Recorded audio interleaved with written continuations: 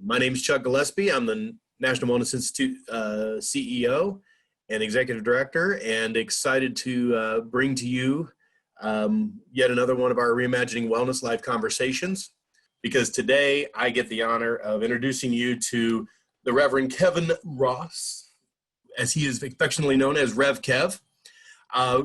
Rev Kev is actually going to be talking about a program that he, thanks to Michelle Mariscal, who jumped on a little earlier, introduced me to on racial healing and the journey to grandma's backyard. And I will tell you, it's been fun having these great conversations with Rev Kev about grandma's backyard, because I don't know about the rest of you, but when I think about my grandparents and my grandmas, that backyard means a lot to me. As a matter of fact, my cousin lives in one of my grandma's houses, so I get to see her backyard a lot. And my parents actually live in a cabin. Well, they knocked the cabin down, built their house in one of the backyards of my other grandma's. So I still get to see my grandma's backyards very, very often. So, but I wanted to kind of introduce and remind everybody about a couple of things, especially as we're talking about this prospect of racial healing. As you might have remembered a few weeks ago, National Wellness Institute did come out with our very own pledge. And I encourage you to go out and sign that pledge. Read it, take a look at it. And if you believe in it like we believe in it, feel free to jump in there and sign it. We will be working towards monthly meetups with the group that is going to be signing this pledge, to be working on some really cool programming and tools, resources, training, education series that are going to be really leading towards helping lead this change that we need to be doing from a wellness perspective and social justice. And I will tell you, Eddie Moore Jr. is actually going to be very involved in this as well. And as you remember, we always kind of ask this question. I'm not going to do it as a survey question today. I'm really just going to be doing it as a thought question for today.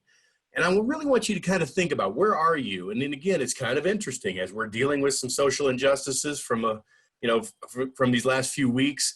And then on top of that, we do have some additional jumps in our COVID-19 costs, or I'm sorry, our numbers. Definitely probably leaning you maybe away from the growth zone, maybe back into the learning, or maybe even a little bit of the fear zone. But I just want you to make sure that you're thinking about it and making sure that where are you today, and know that this is an ever-changing, fluid kind of area of really thinking about where you are from that zone perspective. And as we all know, we want to live in the growth zone as much as we possibly can, because when you think about the root definition of wellness, it's functioning optimally within the environment to learn and grow. And when you think about it, learning and growing are the two zones that we really want you to be focusing mostly in on. So with that, Reverend Kevin, Rev Kev, introduce yourself and tell us a little bit about your background and where and how you ended up where you are, and then we'll get into Grandma's backyard. Thank you, Chuck, and thank you everyone for allowing me to be with you today and participate in what I feel will be a very rich time of sharing today. I am from Chicago, Illinois. I grew up on the south side of Chicago in the same neighborhood that President Barack Obama did community organizing, and grew up poor on the south side of Chicago with a big dream in my heart. I always had a big dream, and I always followed big dreamers, and one of those big dreamers was Dr. Martin Luther King Jr. When I was a boy, my little playmates would come over to my house, and before we played with Hot Wheels and Spider-Man and Superman, they had to hear me give a speech. Real talk, I had a podium in my bedroom. They had to hear me give one of Dr. King's speeches as a kid. And so I always had this big dream, and I followed that big dream to Atlanta, Georgia, where I studied at Morehouse College, Dr. Martin Luther King Jr.'s alma mater. And it was during that time where I began to really take hold of this vision for a world that works for all. And it became something that became very essential to me. And so over time, I've had the privilege of sharing the stage with great luminaries as a speaker and as a teacher, including President Nelson Mandela and His Holiness the Dalai Lama, and appearing on the Oprah Winfrey Show, and traveling the world with this central mission. And is to inspire and empower everyday people to live extraordinary dreams, to awaken people to their divine nature, and to support them with being a force for good in the world. And so this is my life's work, and it has always been, since I was a little guy, the central compass that has guided me and landed me in some very interesting places. Over time, I've had the privilege of leading congregations and organizing camps for youth around the country, and participating as a senior minister for Unity of Sacramento and other Unity congregations. And I sit on a few boards. I'm a father with 3 children and a magnificent wife who is also a social justice activist. And I'm very much involved on the front lines of social transformation at this particular time, very deeply engaged in having the society begin to reflect these high ideals that are recognized in the pledge that you released recently. And so this is one more intersection, one more opportunity for me to engage this mission and vision and connect with other like-minded individuals who share the same ideas. And so, Chuck, that's why I'm here, and I'm glad to be here. And I could not be more excited about having you on board today. So give us the inspiration. You kind of given us your background. Kind of walk us through how you came up with Grandma's Backyard. We are living right now in a double pandemic.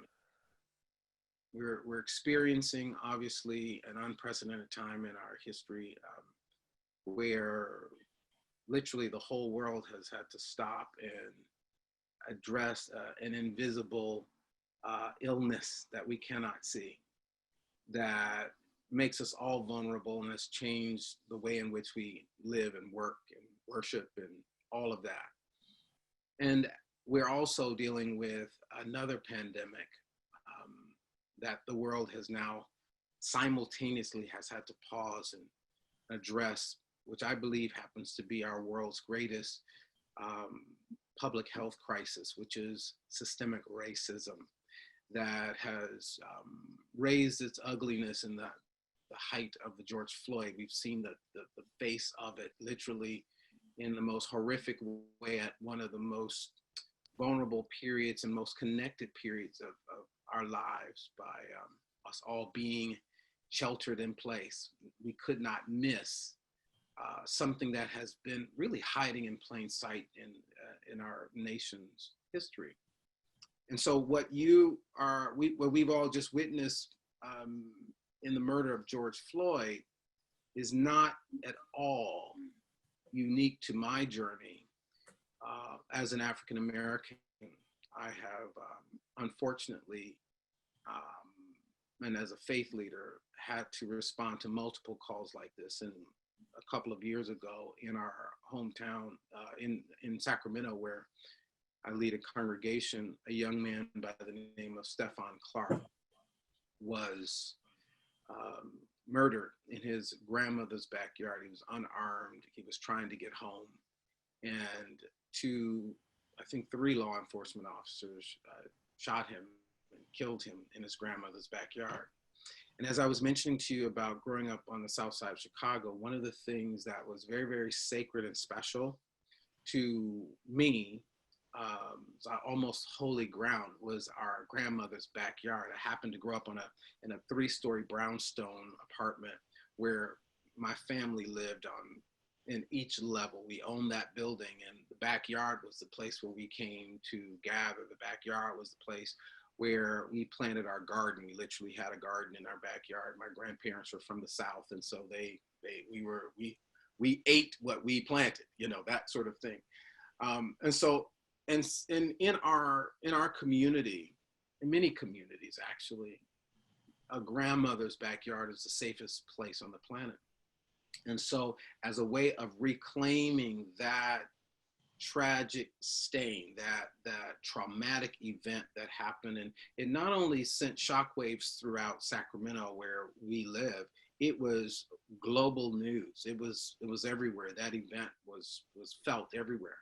And so I became connected with Stephon Clark's grandmother, and had an opportunity to reach out to her. She's been over to our community. We've had various interactions, and I proposed what I wanted to do as a response. How can we reclaim, how can we take these traumas that are prompted by race-based violence and bring something that creates a space for healing? And so this concept of grandma's backyard came from us deciding to reclaim that traumatic event and transmute it into a healing space. And so grandma's backyard, the vision is an outdoor urban green space for racial healing and reconciliation. It's a place to heal. It's a space to grow. It's an opportunity for people to come together across lines of race and class and culture and all of the illusory differences in order to have authentic dialogue, authentic connections, authentic encounters in a violence-free, bully-free, and hate-free space. We've decided to take a plot of land on our campus and dedicate it. It's behind our property and dedicate it for this purpose. So we envision a community garden there. We envision a labyrinth there. We envision a fire pit and grandma's benches. I'll come back and tell you about grandma's benches in a minute. We envision children's play yards and an outdoor amphitheater and murals in dedication to those individuals who lost their lives to some of this traumatic violence, and ways of celebrating those individuals who help to transform the situation. And there's so much more. Grandma's backyard is an emerging and unfolding idea that we are wanting to enroll people in helping us build. One of the things that is important to me about this project is that it needs to authentically be a response from the community to right age-old wrongs. So it's not just enough for me to want to do this, but the shared ownership of community to say we stand for a hate-free world. We stand for a world where people of all backgrounds can come and build the beloved community. And so this building of the beloved community is how I envision this thing coming together. That's how it has come to me. And so we are excited about the opportunity to have that vision come to light, because these traumatic events stay with us.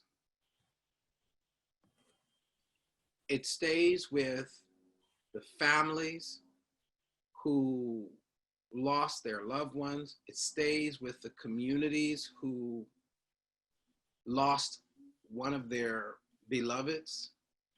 But it also stays with us as a nation, because it becomes a part of our story until we decide to reconcile, to come together, and to be very intentional about the healing process.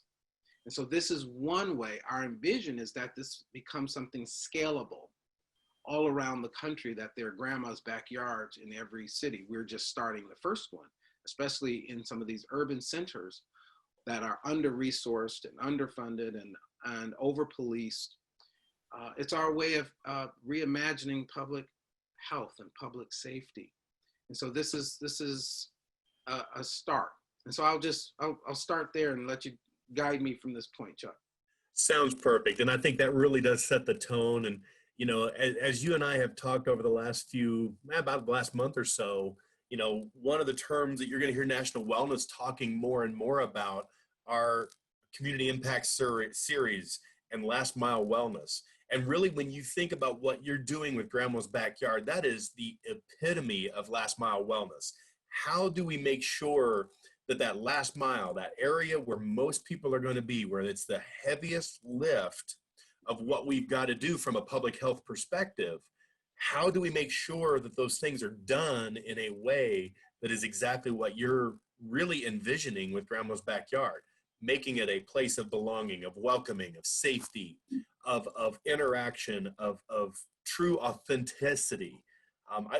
Anytime I hear the word authentic, I love it, because that really does kind of reach out to what you and I have already been talking about.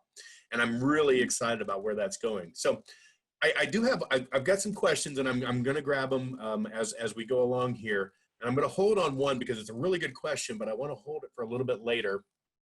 And I will thank the person that sent it to me privately. So I will leave it at that. But talked about your building, because I think it's such a neat space of, it's literally transforming what it used to be into what it is today, and talk about what you've got to do with the backyard, so to speak. So we are, again, just to put a little context on our community, Unity of Sacramento International Spiritual Center, where I lead the community where Michelle attends. And thank you, Michelle, for connecting me with your other family. This organization has been in our city, in the state. It was the first Unity in the state of California. And so this year is our 100th year of having a presence in Sacramento, period, in the state of California. And among the locations that we selected, now I wasn't around when they selected this particular location, but at the time, when they were looking for a place to build, they selected a 27,500 square foot campus that used to be a grocery store. And they transformed this grocery store into a spiritual community that includes, 2 auditoriums, sanctuaries. We have dance studios. We have preschool for the performing arts on our campus. We have a food pantry. This is just such an alive environment. And then behind the campus, they turned the old loading dock into a peace garden, which is what they call it. It's a beautiful garden in the back of the property that has a fountain and statues, and is a place to go and meditate and contemplate. And so as we reimagine the next 100 years and what this place and space can become, we've been striving to be relevant, okay? How do we purpose the space to actually address what's going on versus having it there just because we've always had it? And so we believe that spaces should be emergent. And so in the back of our property, we have all of this land. We have ample space, trees and redwoods and all of that. We have ample space to reimagine what can be called, what will now be called Grandma's Backyard. And so that will be adjacent to our campus, be right there. So you can walk out of an event and pop into Grandma's Backyard. In fact, we envision with Grandma's Backyard having cultural festivals there. A big part of what creates healing and wellness is music. You go into any gym, imagine no music at the gym, just no music at the gym. And just something about music is a universal, speaks a universal healing language. And so we imagine musical events and cultural arts events that will happen in that space. And so that space is a living memorial for peace, a living memorial to those individuals who lost their lives due to racialized trauma. And it is a sacred space that we're setting aside for those individuals who are the Imagineers of this world that works for all. artists and activists and clergy and community and allies and you name it. This is that space where we are reimagining and building it. And of course, you can imagine that could occur in grandma's backyard. In grandma's backyard, you know, it's going to be okay, you know. And so this is, and we can have the heart discussions in grandma's backyard. We can sit around the fireplace and talk through some of those things that need to be confessed around a fireplace, but left in the fire, so to speak. So all of these things are kind of central to what that space is for. And it's quite a bit of space.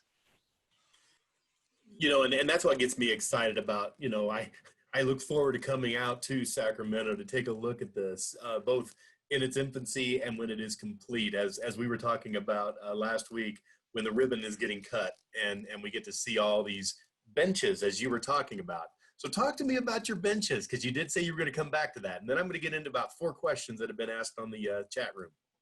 Let's talk about grandma's benches. Grandma's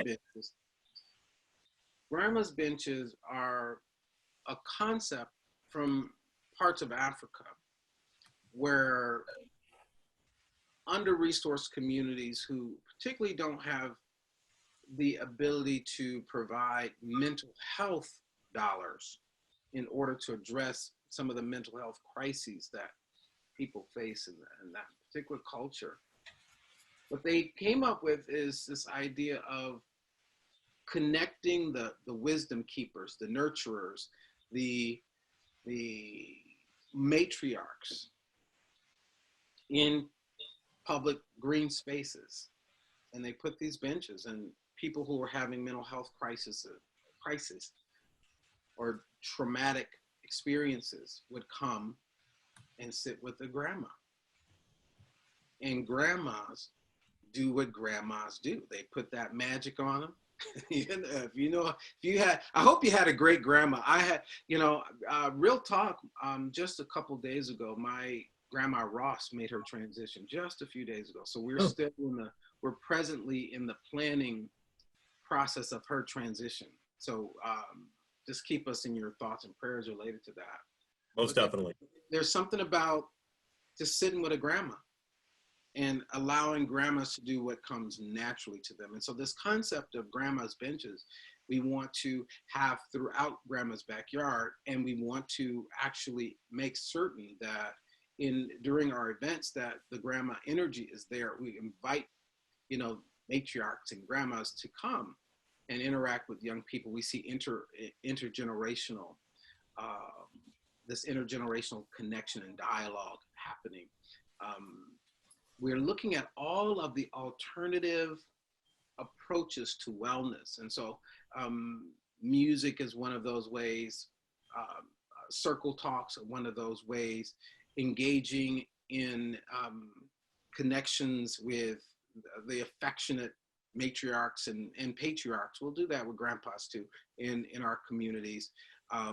Ritual is one of those ways, so we're putting your hands in the soil is one of those ways. So we're looking at all of these alternative approaches to community wellness that will kind of stock grandma's backyard and have ongoing programming around that. So part of building grandma's backyard is also hiring the right program director and administrative support so that year round there are activities that are in league with the mission.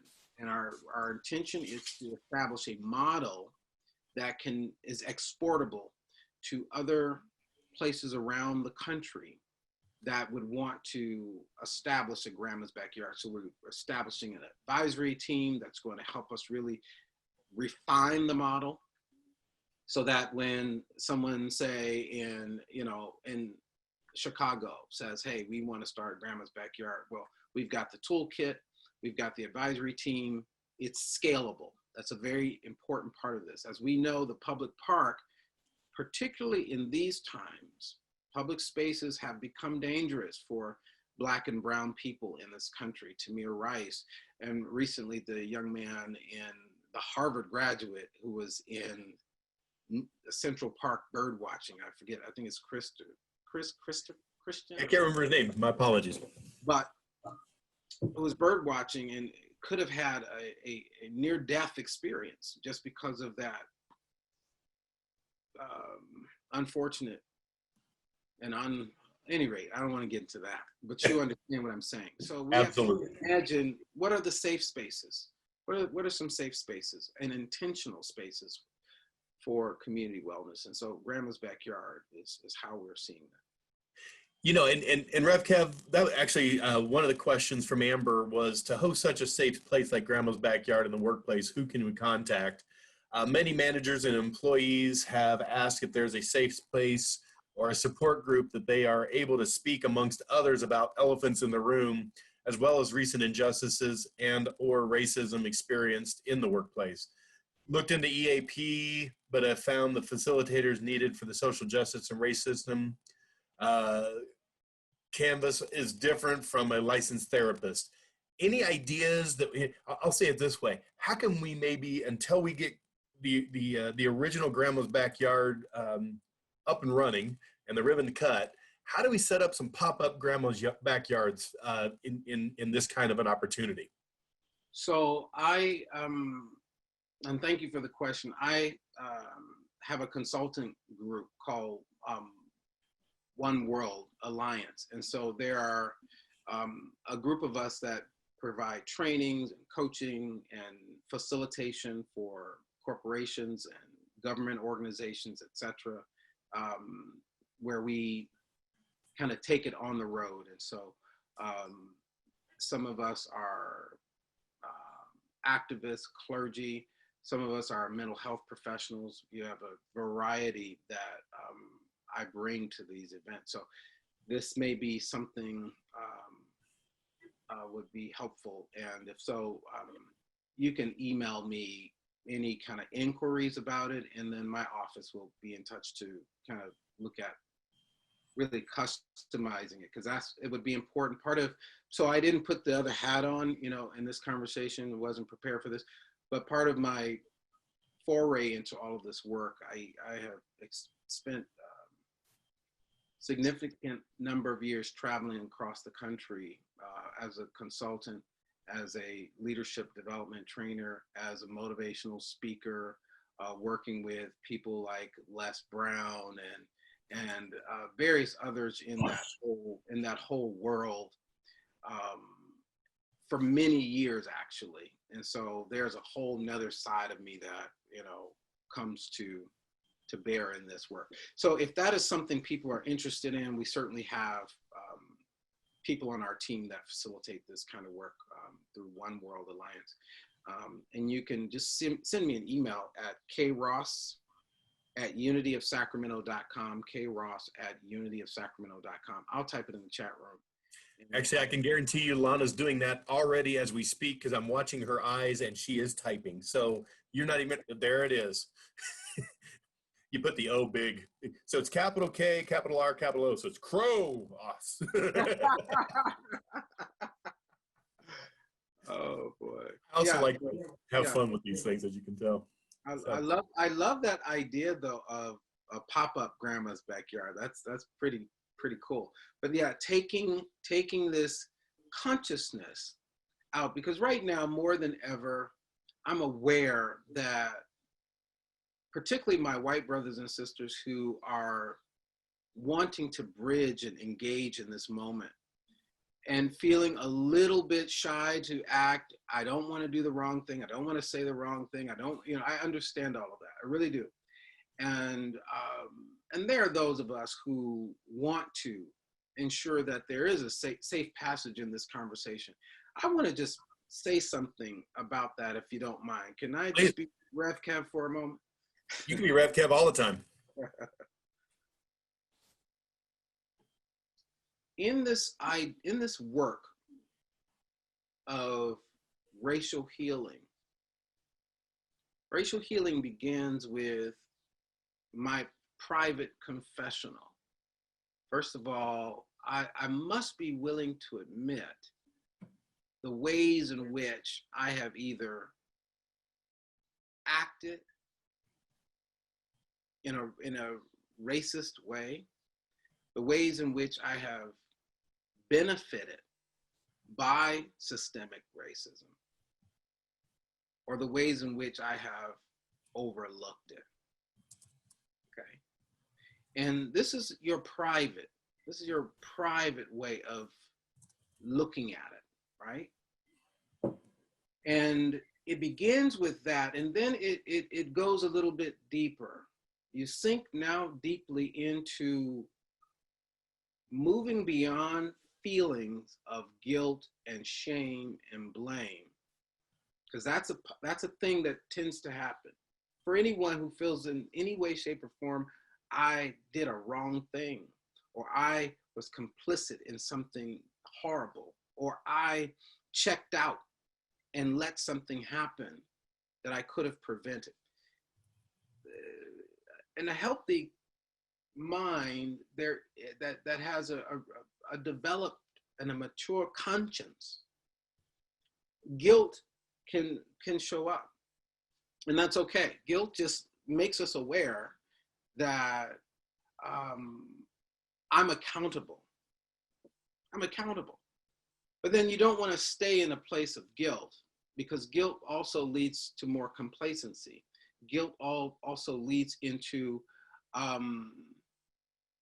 self-sabotaging thoughts. And so that's not the place we want to stay. We want to move beyond that. We transcend that space, and we move into this space of compassion, courageous compassion. Courageous compassion. How do I now, from this place of my awakening, choose to be a force for good in the world? How do I choose to be a force for good in the world? And everyone can come to that awareness. And so in having that period of confessional,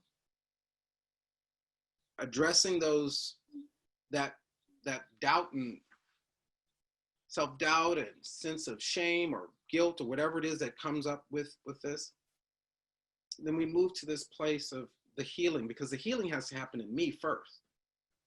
The healing that's happening outside of me is reflective of the consciousness and the process that is being activated within myself. And so as this process of racial healing is occurring in myself, it starts to naturally follows that the actions that I take in the world around me start to be congruent with the new consciousness that I have.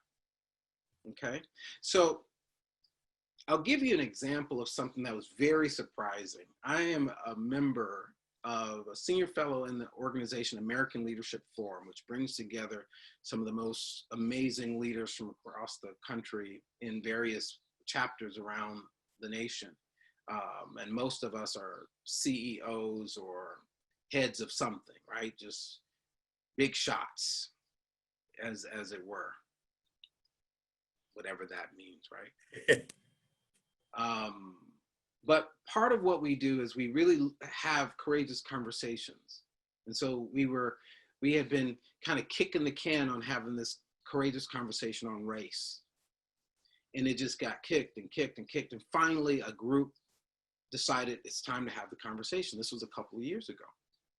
So we made this agreement that we're going to come together, and we're not gonna let our emotions take over.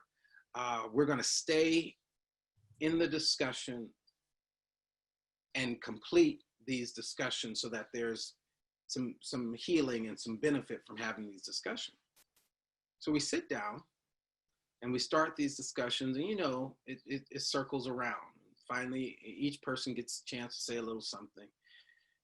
And so you would think that the Black people in the room, the assumption is that the Black people in the room are going to have the most to say, because the misnomer is that racism is exclusively Black people's problem.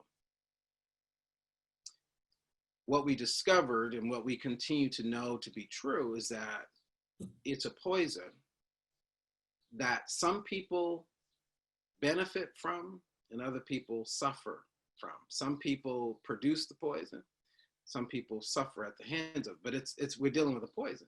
So we go around the room, and finally it lands with our brother Kirk. I'll just say the first name. He was this white man, and he finally got to speak. And he says, "Oh my God, I've been waiting. I feel like I've been waiting my whole life to speak." And I said, "Well, go ahead, bro, speak." He says, "I am so sick of this racism stuff. My father was the worst racist ever. And as a child, it just crushed my spirit. It ate the life out of me. I had to live with his," and he used expletives, and he just went in deep, deep, deep, deep, deep to his personal woundedness from having a father who made his Black friends wrong or prevented him from being connected outside of what naturally comes to children. Children have to learn all this stuff, you know. And over the years, he'd been in the closet about the hatred that he had toward his own father.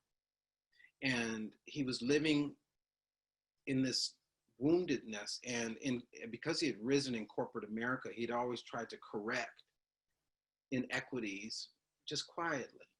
But he had never come out of the closet about the degree to which he was connected to racism and racist behavior.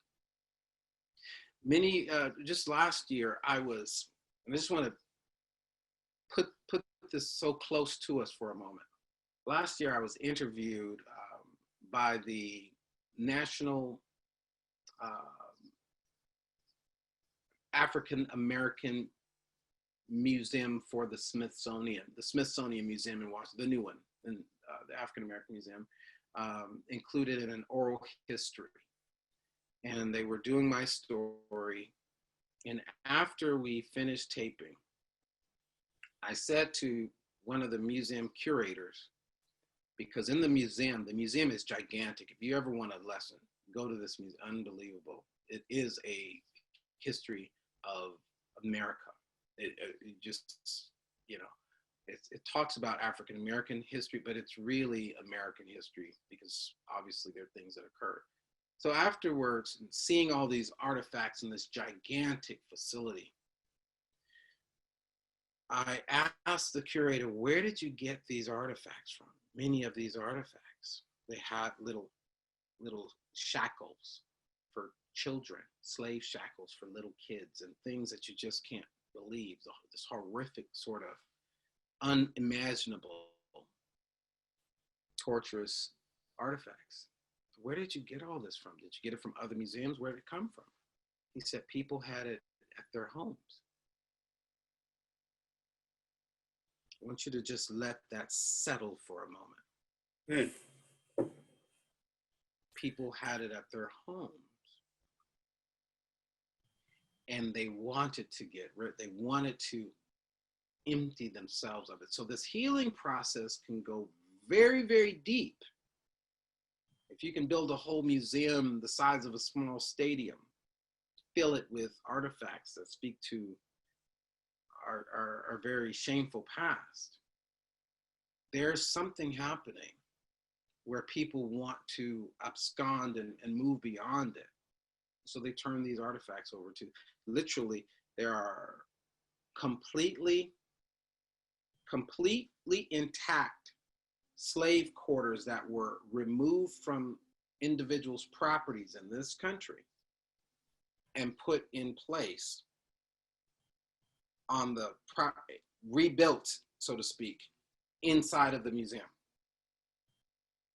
So when we start looking at this subject, we don't want to just stay at the surface level. We want to get to the place where you feel uncomfortable. And I just want to point this out. If you are preparing to have a conversation about racial healing and you don't get uncomfortable, you're not doing the work. You haven't done the work yet. When you are uncomfortable, then you're in the context, for a word I heard used earlier, for growth. For growth. Growth happens in the context of discomfort. Before the butterfly bursts out of the chrysalis, right? What happens? It looks like it's a cataclysmic event. It's just a disaster. It seems so messy and so like it feels now in our world. Feels like we're in some apocalyptic end of the world kind of times. And just before it all goes to pot, this beauty happens. This new creature emerges. And I believe that as we do this work in racial healing, this emergence of this new human, this universal human, the birthday of that one is the byproduct of us doing the work now. My prayer is that my children and their children will live in a time when they will talk about these times as being obsolete. The things that we're talking about and dealing with, and that this was the Neanderthal human. They will refer to that, they will look at us as Neanderthals as it relates to this issue on race and racism. They will have other things too. They're talking about the moon and Mars and that sort of thing, and what they can do with their creativity. And I think that this unique moment that has birthed all of this momentum and this response is bringing us to a tipping point in our collective humanity and who we are choosing to be. And it can be a turning point if we start finding ways to act and not sit this one out, but to act. We don't want to shelter in place on this one. We want to push all the way through to the other side and be that humanity that the great faith traditions of the world tell us we can be, the great philosophers imagined, and what we deeply know to be true inside. It does take courage, but I think that's why we're here now. I agree. By the way, Rev Kev, watching the chat, courageous compassion is absolutely the term of the day. We all probably ought to go out and hurry up and trademark that, because wow, that hit so many of the factors. You've answered this question, but I want to make sure that the folks that asked the question know that we've done it. But LaWanda said, I find that even some of the most woke white colleagues struggle with the Black Lives Matter wording. It helps when I say it means Black Lives Matter too. And we are highlighting that because historically our bodies have not been treated as such. That seems to help. Are you finding a very similar kind of conversation that you're having with, as we'll say, the woke white colleagues?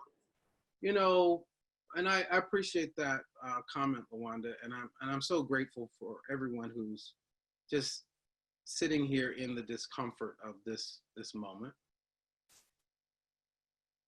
For a people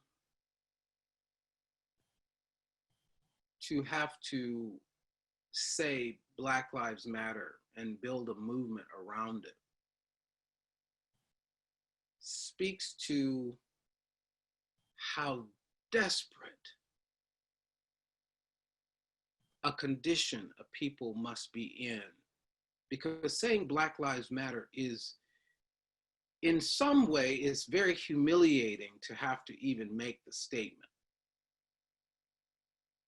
All right, I want us to just get that. It's humiliating to have to make that statement, because it should be a given.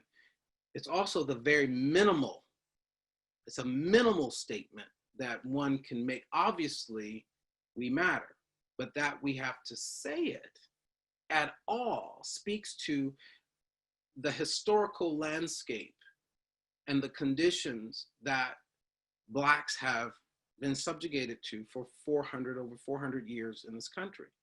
So stating Black Lives Matter is a response to the unremitting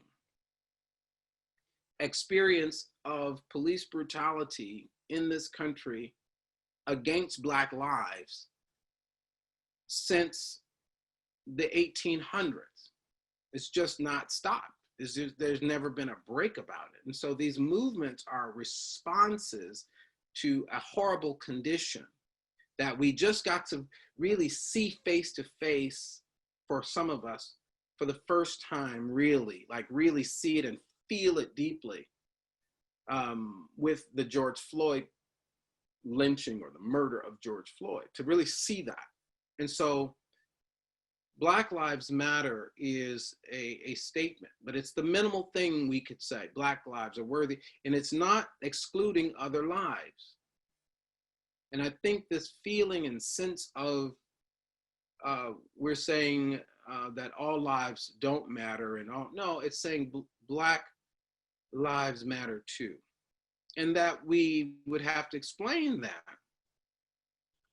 also as an additional burden. I want you to look at it this way. This is what I had to do when I was explaining this at Unity of Sacramento. I have a very diverse congregation that's kind of reflective of like the United Nations. So we lean in my congregation. We deal, don't we, Michelle? We get into these discussions, you know?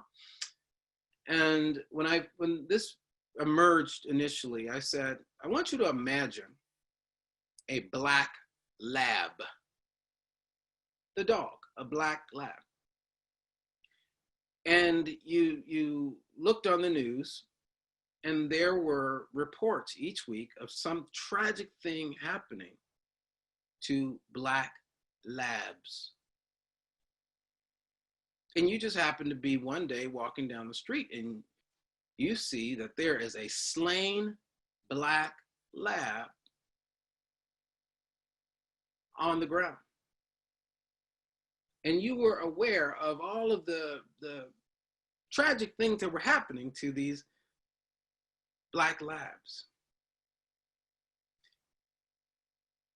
And so someone passing by says, Black labs matter.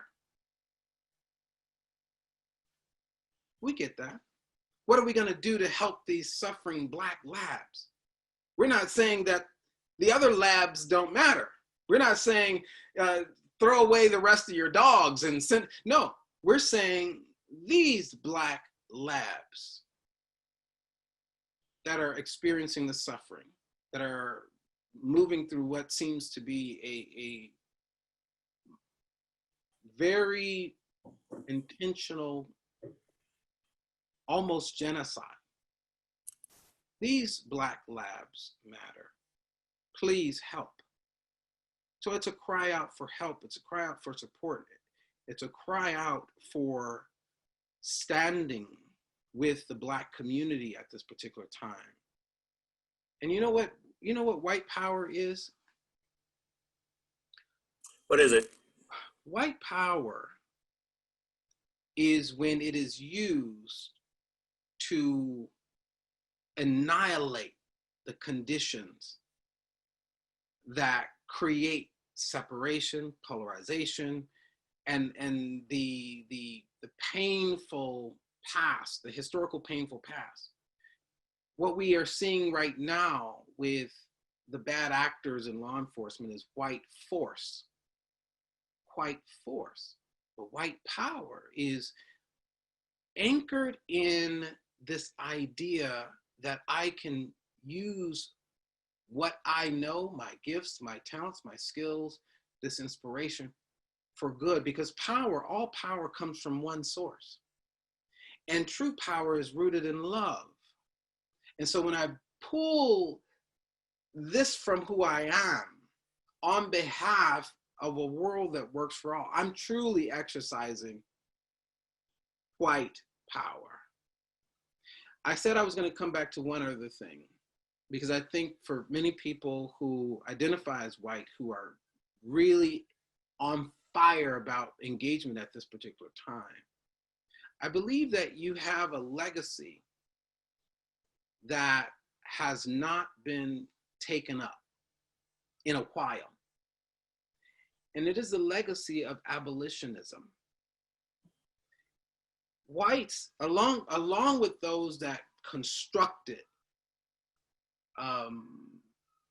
and created, like Willie Lynch, who created the system for the existence of slavery in the United States, there were those who were deconstructionists along the way. There were those who were using their homes for the Underground Railroad. I literally visited one of those homes on the Underground Railroad by some very conscious white abolitionists who turned their homes, their physical places, into spaces to allow runaway enslaved people to go to the North.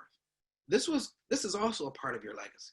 It's a huge part of your legacy that I think in this moment is an opportunity to lift up, to take up, and to be the neo-abolitionists who are now seeking to abolish this shameful past that keeps creeping into our present. And then alongside you, those who are Black Lives Matter activists, those that are individuals who are committed to ending these systems that continue to hold our collective evolution back. Then you have this powerful force for good in the world. That's what I envision. And that you don't have to do out of shame or guilt or any, you do it out of love, because that's who you are. That's essentially who we all are. And I think that's what this awakening is providing us, this opportunity to be so deeply engaged in charting a new legacy. Grandma's Backyard is a container for that, right? It's a boot camp for that. It's an environment for that. But it can start right in your heart. You have Grandma's Backyard right here in your heart, and start where you are with what you have. And a few simple disciplines practice every day will get us all there. I love that. And I was just trying to buzz through our participants group to see if Lisa Medley was on, because actually Lisa did one of our Reimagining Wellness, like our third one was on love.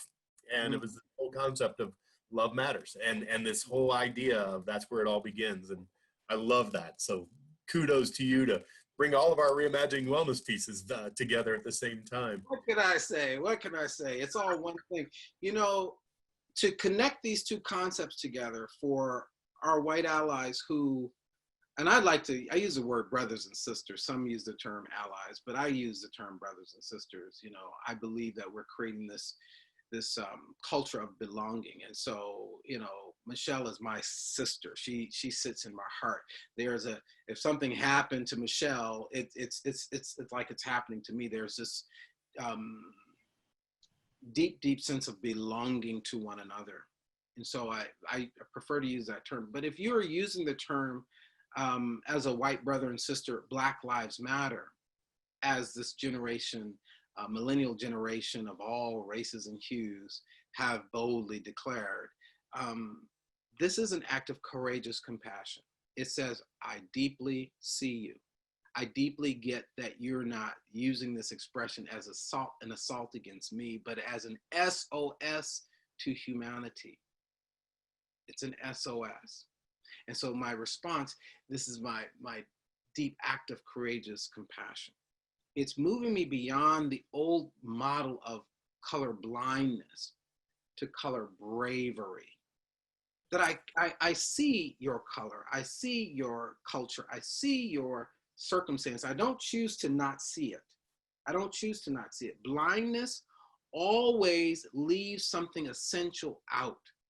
So my selective blindness says I choose not to see what I don't want to see about you. So color blindness is an old paradigm that has been misinterpreted from one of Dr. King's statements that we should judge people by I envision a world where we will judge people not by the color of their skin, but by the content of their character. But he did not say that you would not have a color of skin. He didn't say that. He says you would not be judged by the color of your skin. But why not be loved for the color of your skin and the content of your character? Color bravery says, I have this deep curiosity to know what's cooking on the pot on your stove. I want to try some for myself. I want to dance to the music that's playing on your stereo. I want to dance with you myself. This is what color bravery is about. So that there's this true integration of my friends, my beloveds into my heart in a real way, so that I know what Juneteenth means to your culture in the same way that I know what St. Patrick's Day means to your culture. You get what I'm saying? Yep. This is what that courageous compassion leads to. It leads to this powerful curiosity. This curiosity leads to this color braveness. And that's where this building of the beloved community begins to emerge almost naturally when we're living in this way. And I'm truly all about it. If you're still uncomfortable, that means you're growing. That means you're growing. That means you're stretching. And I pray that this is a stretching experience for all of us. I could not, you know what, we're going to end with that. I was going to say true bravery is allowing me on a dance floor, period. But I'll tell you, this has just been fantastic. We are going to have you back, my friend, my brother. And I am so looking forward to watching the journey of Grandma's backyard start. For those of you, just to let you know, I've brought my sister and her husband into this conversation because I know that what they can bring to this table. I cannot be more excited about seeing what's going to happen in this whole picture. And with that, Rev Kev, thank you so much for your time today. And look forward to many, many more conversations. Thank you. Namaste. Thank you. Thank you, beloved. Thank you, everybody, for being here. We did get this recorded, and hopefully it'll come through this time. Have a good evening. Thank you. Peace and blessings, everyone.